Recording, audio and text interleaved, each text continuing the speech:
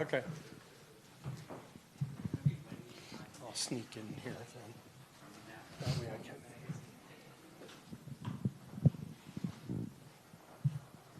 Good. All right. Good morning, everyone. We would like to welcome the Fortinet Championship defending champion, Max Homa, to the Media Center here. Max, welcome back. Thank you. Wanted to start off with some opening comments on what it's like to be back here beginning the 22-23 season and what a big kickoff it was last year for your season with a win here. Yeah, this event has always been special to me. Any of them in California mean a lot to me, just being from Southern California. Going to school up here, this used to be the Fries.com event. It was my first pro start. It was down at Cordoval, and I had a good week. So it's always held a very cool place in my heart. Napa is one of the most fun cities. It's my wife's favorite tournament to come to, which means a lot when you're scheduling. I remember last year we don't get a particularly long off season, and I didn't want to come play just because I was tired, and she said, well, it's Napa, you're going. So a shocker, she was right. It worked out. But yeah, now getting a partnership with Fortinet, they've done an awesome job, not only with this event, but partnering with the tour and helping out the Canadian tour. So this event it's just growing, going higher and higher in my book. But getting back here, anytime you come to an event you had success at, the rush of emotions and the fun memories you have are really cool, and getting to come back to an event I already said that I loved, to love it even more is amazing. And I have friends and family that live up and around here, so it's always nice coming back here and feeling very familiar. And finished last season number 5 at the Tour Champ. How's your game feeling entering this week? It was such a long layoff. I was hoping I still had it, but fortunately, it still feels pretty good. It's a game was really solid last year, and I always dealt with pretty much the last 2-3 seasons. I had pretty good years, and I would always deal with a lull at the back end of the summer. We kind of addressed that a little bit prior to this event last season, and it was really nice to see the game not take a total dip. It started to feel like it was going down a little bit, back to how it had been a bit in those lull periods. Missing the cut at the Open Championship I won, and I was maybe a little bit anxious about the back end, the playoff part of the season, and finally getting to go through that and maintain some form and play great at Eastlake was cool, just because it felt like a testament to some hard work, and then just my little team kind of point me in the right direction. Perfect. With that, we'll open it up to questions to the media. We're going to start off with Cameron Morfitt here on the left. Hey, Max. You're playing with Michael Kim tomorrow, and I was just wondering what your favorite thing is about him. I know you know him pretty well from school. And then also, are you kind of hoping that his career trajectory follows yours a little bit, where he got on tour, he fell off the tour, he was in the sort of wilderness for a little while, and now he's back? Yeah, I have a lot of favorite things about Michael. We've roomed together every road trip in college, so he was like my little brother in college. He's a really, really great dude, hard worker, amazing golfer. So I don't know if I have one favorite thing, but he's a really good kid. And I always root for Michael. It was so weird leaving college, and he stayed for a few months after I had left, and he was just as good a golfer as you could imagine, never missed a fairway, this and that. You would just assume, as you would assume for most great college players, that their trajectory is just going to be straight up. And to see him kind of go into the wilderness a bit was just shocking. But he's the guy that, now that he's found it, he'll get back to going straight up. He's tremendous. He's knowledgeable. He has a ton of just talent, and it was nice to see him find his way. And sometimes that's what it takes. You have to learn you a little bit as a golfer. Sometimes it feels easy, and when the going gets tough, you don't really know what to do because it hasn't happened before. So to see him kind of grind his way through the last 2 years and earn his card back this season, I expect Michael to do a lot of great things in this game. And any similarities to what you went through? That's a good question. I'm not sure. I mean, the similarity was a lot of bad golf. So, yeah, I don't know. It seems kind of similar, but it's hard. It's so interesting when I look back at when I played poorly, and I think that the whole golf world knew exactly what was going on. And I talked to Joel Damon about it once, and he said he had no idea how poorly I was playing, and I realized that you're kind of I always say you're only the protagonist in one person's story, and it's your own, and you're not that important to very many people. So it's hard to keep up with what and how and why things are happening. And I watch a lot of Michael's golf, but it never felt like it was crazy off. We played practice rounds, and it wasn't as sharp maybe as it had been in college, but it was still good. But this game's hard. The tour's got a lot of competition. Courses are difficult. If you're a little off, you look like you're a lot off, and then that wears on you or weighs on you a little bit. So some of that probably went on, but it's just golf, man. It's just there's so few people. They're highlighted every week. The Rahms, the Rorys, the Justins, the Scotties. They're highlighted every week, and it seems like this. You should just keep doing what you're doing, and in the reality, for most of us, it's not the case. And we'll move over to the right over here with Marty. Max, welcome to Napa and to Silverado Resort. Thanks. Last year, over the back nine of the final round, you overtook Maverick McNeely.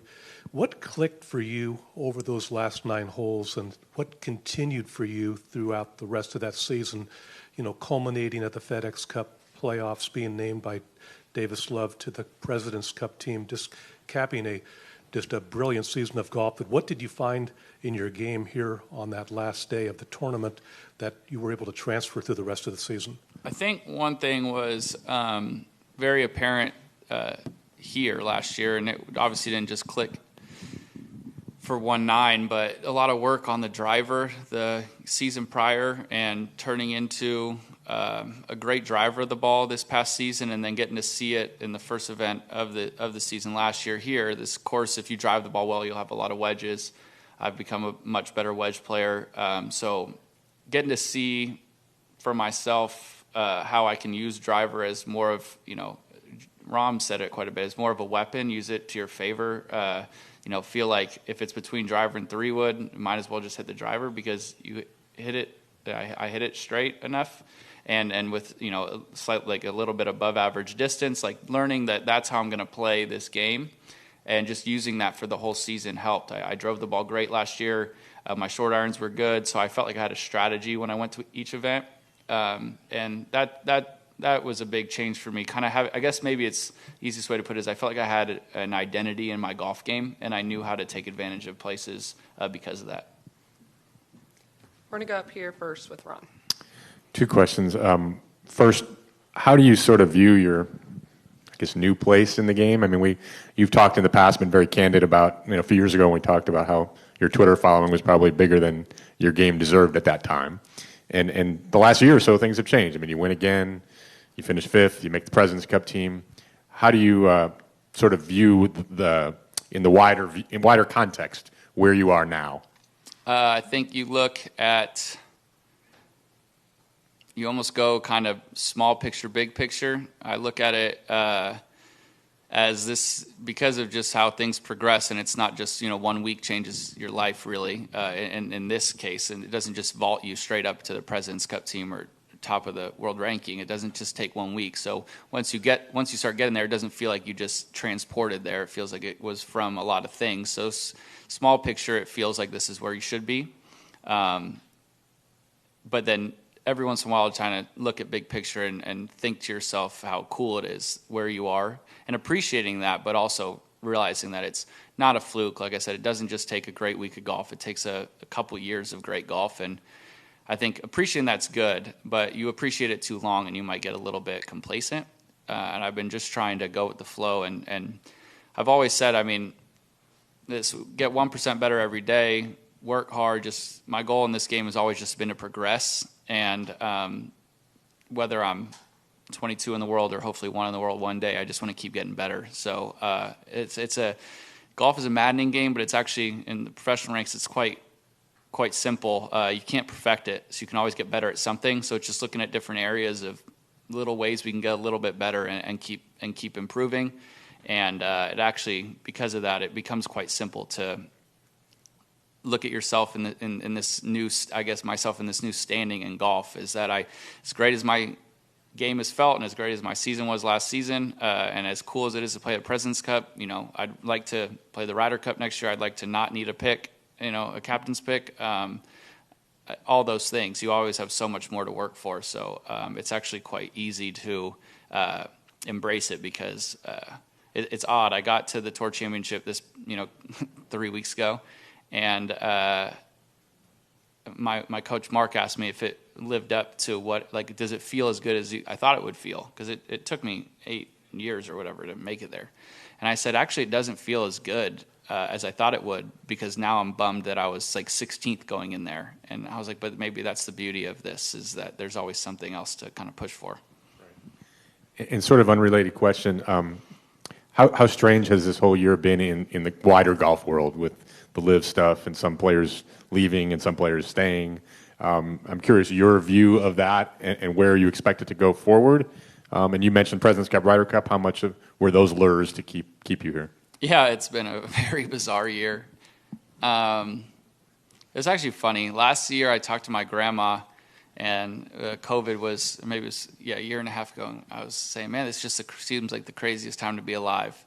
And my grandma said, it's not so crazy. And I was like, well, what do you mean? This is like wild. The COVID thing was wild. And she goes, oh, when you're on this planet long enough, like everything starts to feel pretty. It just is, you just kind of, like I said, go with the flow, and it's all crazy. So as much as I think that this past year is the craziest year that golf's ever had, I'm sure someone else has a crazier year they can think of. But yeah, it's different. The landscape of golf seems like it's changing. As a fan and a member of the PGA Tour, I'm not happy about the fact that it feels like it's fraying professional golf. There's a lot of people who are being snarky out there and picking at things, and on both sides. I'm not picking on one side, on both sides. And that's a bummer, because I love this game. I love the PGA Tour. And I just want to see professional golf succeed. And again, I'm biased. I would like it to succeed out here, but I think it's easy to look at it and say, the PGA Tour is getting diluted a bit with the competition, but there's a lot of great golfers in the world, and there's going to be more come up through the professional ranks. And even if they do split a bit, this is still currently the best competition there is in golf, and I'm happy to be a part of it and try to help progress that further. But everyone's got a choice in life. It's great for the guys who have made their decision to go over there, because as long as it makes you happy and you're doing what you think is best for your game, your family, and whatever, that's great. But yeah, for me, I guess the question mark on the world ranking points was a big deal for me. The President's Cup and the Ryder Cup were enormous deals for me, and my love for the PGA Tour was the end all be all for me. But those three things played a big part. I want to I would love to be the number one player in the world, but I damn sure want to know how far up that list I can get, and I didn't want to have to risk that opportunity. And there's just not anything I would have traded out for that. So I want to see where that goes. And so for me, it was just everyone's got a different, like I said, different choice, and that's just where I kind of stood on that. We're going to go in the back with Alec Yoder and then up to Adam Schupak. You and Michael Kim, college teammates at Cal, lots of memories there, I'm sure. What is one thing you can share about Michael that maybe we don't know? So Michael moved to America from Korea when he was 12, so he speaks fluent Korean. Like I said, I used to be in his hotel room every night when we were on the road, and he would talk to his parents, and it's, like one of us talking to our parents, it was very fast, and obviously I don't understand any Korean. It's quite complicated. And so he did that, and then he's going to be so mad I'm telling people this. He did that, and then right after he starts recording something on his phone, and it would be like me saying, I drove my car to the store in Korean. And I was like, what are you doing? And he said, I'm in this Korean 101 class that I'm not supposed to know. I'm not supposed to be fluent in this. I'm like, you are so scummy. But it was great. So I guess the point of that is that Michael's a very funny, awesome dude. Like, he's cool. It's hard to showcase. I understand everyone's personality out here. There's so many people. There's so many personalities. But Michael might just look like a robotic, amazing golfer, but he's a really cool dude, has a passion for sports, a lot of the same interests I have. So it was really cool for a couple of years just getting to kind of get closer with him, and it's going to be really fun to play with him again. I haven't played with him in a while, so it'll be really fun to play with him again up in the Bay Area. And up front here with Adam. Max, what was that phone call like from Davis Love? It was cool. It was so weird because, like, I knew I was on the team. Like, if I wasn't, I would have been pretty devastated. But at that point, just with the points, if you just looked at them, it felt quite obvious. So I kind of knew I was on the team, but you still don't know, I guess. I mean, they could make a different decision. So it was odd that when I got the phone call, I still felt so much relief and happiness. Because, like, for a month, I would talk to Joe all the time, and he's like, "You're on the team. Like, it's okay. Like, you made it." And I'm like, "But I made it?" And I don't know why that phone call finally just broke it down, and I felt very accomplished. I talk about fulfillment a lot, and the opportunity to represent my country as a part of the President's Cup is tremendous. But the thing that's been lingering in my brain since that phone call is I set out a goal at the end of last year, and I said I'm making this President's Cup team. It's part of the, to Ron's question about the live stuff, is like I would not trade my attempt at my goal for anything. Like, that's what matters to my soul. And to fulfill that promise to myself that I was making this freaking team meant a lot to me. Like that. So as much as I'm excited as I am to play next week and be with the guys and like I said, represent the United States of America on a golf course is amazing. But to me, getting to tell myself that I accomplished a serious goal I had, and that's why I worked so hard. Like that has hit home a lot for me, and it's made me feel really, really good about all the hours and the heat in Arizona. I feel a lot of pride in that. If you were writing one of those letters to yourself and gave it to yourself when you played your first event at the Fry's when it was in Arizona, what would you say? Keep going, I think. I remember when I was having my bad year, 2017 or whatever it was, 2017, 2018 time period. I remember sitting in a hotel room, and I wanted somebody to come down from the heavens and just say, "This is how good you are." Number. Tell me I'm 22 in the world, if that's what it is. Or is it 1,000? I didn't really care. I just wanted to know what that number was. And I committed to myself that I'm just going to see where I can get to. I'm going to make sure that there will be no stone unturned. And I will figure out how good I am at that. And if I'm not good enough to be on a President's Cup team, that is totally okay. But I don't want to leave this game at any point, whether it had to be back then because I was playing poorly or hopefully in 20-some-odd years. But I don't want to know – I want to know that I know exactly how good I am. And if I had to write a letter to myself then and say, "You're going to make a President's Cup team," that would have been almost unthinkable. But the beauty of this game is that you go one shot at a time, one range ball at a time, and you add all, a million golf balls I probably hit since then, and you can quantify it and say, dang, I made this. So the keep going thing is just important because it's like that. There's that picture, I don't know if it's a meme or whatever, but it's a picture of the guy picking at it with an axe, and he's just hammering it he's digging for diamonds and gold or whatever, and he gets to where there's one more hit, and he would have got to it, and he turns around and leaves. And it's you might as well just keep going. The failure is in quitting.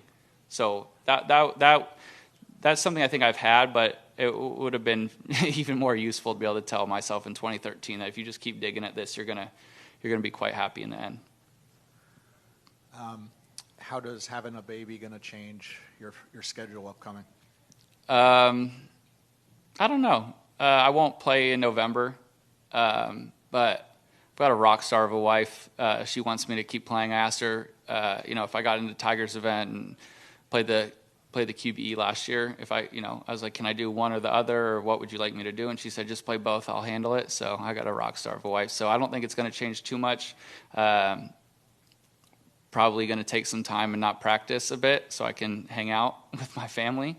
But I think, time management will need to get better. But in the end, I've got, plans, and people have done an amazing job out here when they have had kids, and I'll pick their brain and see what they did to make sure that they kept playing great. But I'm very much looking forward to the beginning of November, because life will change, and I think I will be a lot less aggravated by bad golf shots and much more appreciative of things that are going on in my life. And we're going to do final two here, Cameron, and then Dave. So you're a SoCal guy. You went to college in NorCal. Why do you think you connected so well to Quail Hollow in North Carolina? Yeah, it reminds me just of Southern California. Don't know. I love the city of Charlotte. It's an amazing town. It's just got kind of everything. I have always played well in the Carolinas for some reason. I won my first web.com event, obviously now Korn Ferry in Greenville, South Carolina. I've always played well in the Carolinas. I don't know if it's the trees I'm not used to seeing, type of grass, I'm not sure. But it's a big golf course. It suits my game a lot. You got to drive the ball well and hit your mid-irons well. But yeah, I just think there's something about, as corny as it sounds, sometimes you go to cities you love and you just feel better, and it might bring some of the better golf out of you. But I'm not sure. But I'm happy I do have a connection to that golf course, because it means a lot in the grand scheme of professional golf. And then, other than the golf, are you looking forward to anything like playing ping pong against anybody on the team or something like that? I stink at ping pong. It would be nice to watch. I'm looking forward to hanging out with the guys, though. It's interesting out here. You have your connections with people, and it's awesome. But I don't live next to a ton of the top guys by any means. But I have my Ches Reeves, one of my close buddies, Wyndham Clark, JJ Spawn, guys I'm with a lot at home, but it's kind of your own bubble. So it's cool. I mean, I'm pretty close with Sam Burns, always been a guy I love. JT, Colin. I don't know Scotty super well, but I always got along with him. But I feel like you go in there and you build like a deeper connection with those guys. And as irrelevant as that is probably in golf, like it would be cool to just get to go see how they do things, get closer with them. I think all 12 of us are pretty friendly, and it should be a really fun week nonetheless, nevertheless. But regardless, I think it's just cool to build those relationships with the top guys, because you see nowadays you have Pat and Xander are attached at the hip, and they do everything together, and they're both pushing each other to get better. Scotty and Sam pushing each other to get better. JT, Jordan, you have all these guys who push each other, and I think just to be in the room with all those people who are equally motivated and crazy talented that'll be a fun experience. Thanks. And that's all the questions we have. Max, as always, thanks for taking the time to join us, and we wish you the best of luck this week. Thank you, guys.